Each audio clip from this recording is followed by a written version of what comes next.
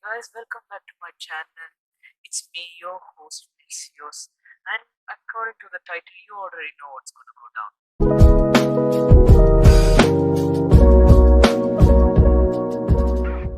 So, our first story is by username Raiko.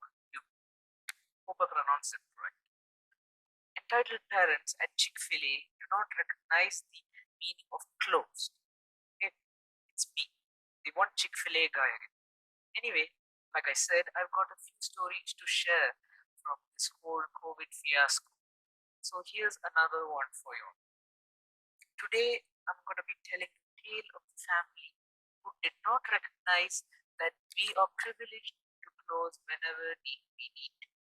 So for some background, we usually close at 10, but since the pandemic set in, we have started closing at 8. Usually there are a few people each night who will pull up after we close, and they are naturally disappointed but understanding, and we try to not leave them with a bad experience. However, once in a while, some people refuse to take no for an answer. So on this particular Saturday evening, I was working what we call the cash box. If you've never been to a Chick-fil-A, or at least one that does this, it's essentially a cash register midway through the drive-through that takes payments, processes mobile orders, and sequences the order of cars in case the order is wrong. It's pretty efficient and keeps the people at the window from taking too many payments. So anyway, the time was about 7:55 and I was at the cash box sitting on a little bench and making sure the tablet was charged. There were 3 or 4 cars in the line who I had already taken the payments from, and I was just chatting with one of the IPOS people. The guys come to your car with iPads and take your order. We were just talking about the weekend and the virus and stuff while waiting for cars. One more car came through the drive-thru, so after I took its payment, I started to pack up the cash box, which consists of a moderately heavy register and an iPad. The person I was talking to but put the immortal code in the drive-thru to show that we are closed for the evening. They propped open the back door and went inside while I was wrapping up wires, the receipt printer, and iPad charger. As I was packing everything into the container to bring it inside, I saw a car pulling around the cone towards the drive-thru. Since I was between them and the window, I stood on the curb next to the drive-thru and put my hands up in the stop gesture.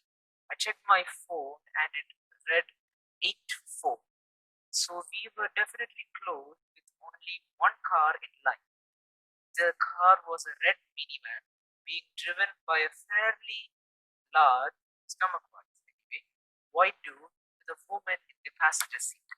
I could hear at least 2 kids in the back seat, but it was dark and the glare from the windows kept me from looking in. The driver rolled down the window and the conversation went as follows. Usual abbreviations: ED entitled dad, EM entitled mom, OP, well, OP. OP, I'm sorry we're closed. We won't be able to serve you tonight. The guy in the driver's seat was very not happy. He was also not wearing a mask, which made me uncomfortable at the beginning. His words did not help the situation. BS, I see a car at the window, and if you help me there, you will help us too. They had their order taken 10 minutes ago and they have been waiting very patiently. Sir, it doesn't matter if you go up there. They're not going to serve you. Excuse me, my daughter wants milkshake and you're going to be the fork. Understand? I could hear a girl screaming about her brother taking a toy or something in the back seat, and the mother turned around and very loudly whispered at them to be quiet. Now I knew that I didn't have to sit here and listen to this book, but I also know that it wouldn't look good on my performance if the guy they hired for being good with people basically said, "No, you are good to leave, so I can go home and never have to deal with you again." So my reply was, "Well, miss, I suggest you look somewhere else for that milkshake because we are closed. Our kitchen and shake machines are shut down, and I doubt there's even food for employees there. So I'm sorry, but I can't help you." And yelling at me will not change. By this time, the car in front of them had pulled forward, and the guy in the driver's seat looked at me and said, "I'm gonna go up there and I'm gonna get my food. You can kiss my butt." I responded, "Sir, if you go up there, you will not be served. If you refuse to leave, we will call the police and have you arrested for loitering and trespassing on private property. And then you can do whatever you want with your butt in court." I then turned around and went back to packing up the cash box, ignoring the sounds of raw anger and hatred coming from behind me. As the guy pulled his van up, I got on the walkie-talkie we have outside and told the people at the window that there was a very angry guy and his family coming to visit me. I then finished packing up the cash box, told one more car we were closed. They took it much better than the first family and went outside. I put the cash box in the office, in the back of the store, and went to the front to see if the van was still there. It turns out my co-workers had just locked the sliding glass window after about 20 seconds of dealing with the people. From what I was told, they stayed outside for a minute or two, but eventually left when they saw a manager picking up the phone. The story does not have a bright side. I was wrong. The shake machine was not shut down yet, and there was nuggets and one cheese sauce left, so I wound up getting dinner afternoon. So that's all for tonight. People showing up late is a pretty common thing, and we don't usually have to threaten people with the police. So, someone taking this normal situation in such an extreme way was pretty memorable. Anyway, that's the story for tonight, and I'm gonna bed. Thanks for reading and have a good day. Slash. So, next story is by username Trimo.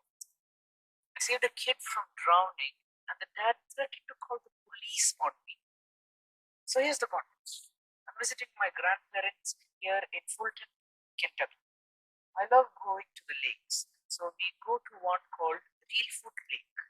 As I found out, there's a big tree that is climbable, and the top jumping branch is about 25 feet in the air.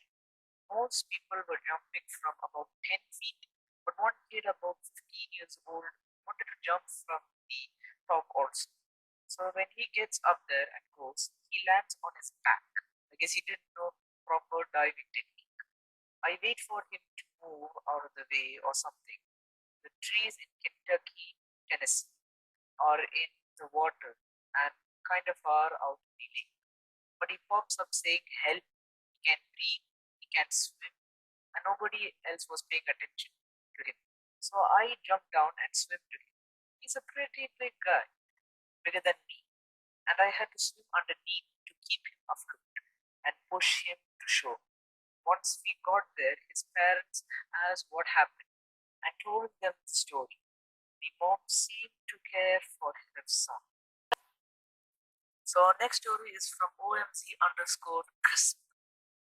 Entitled Mother pulls her kid away from my dog because it spreads corona. This happened about half an hour ago by the time I post this. So today I was walking my dog at a park, and she is a bit overweight, so she commonly has to stop and sit down for a few seconds before getting back up. She was off the lead since she doesn't run anywhere, and she always walks by my side. A corner came up, and I walk around the corner, and I see a woman with her kids walking towards the corner in the opposite direction. I quickly move so the gap is clear, but my dog sits down next to the bushes, needing to rest. I continue walking so Karen can walk past, but she stops and stands with her foot tapping on the ground, waiting for my dog to move. Bear in mind, my dog was sitting beside the bushes, so she wasn't at all in the way, while muttering something along the lines of disgusting how people can social distance, whilst staring at my dog as if my dog was a human and could talk. A kid tries to walk past my dog, but Karen quickly grabs the kid and pulls her away. She then shouts at her, "What have I told you?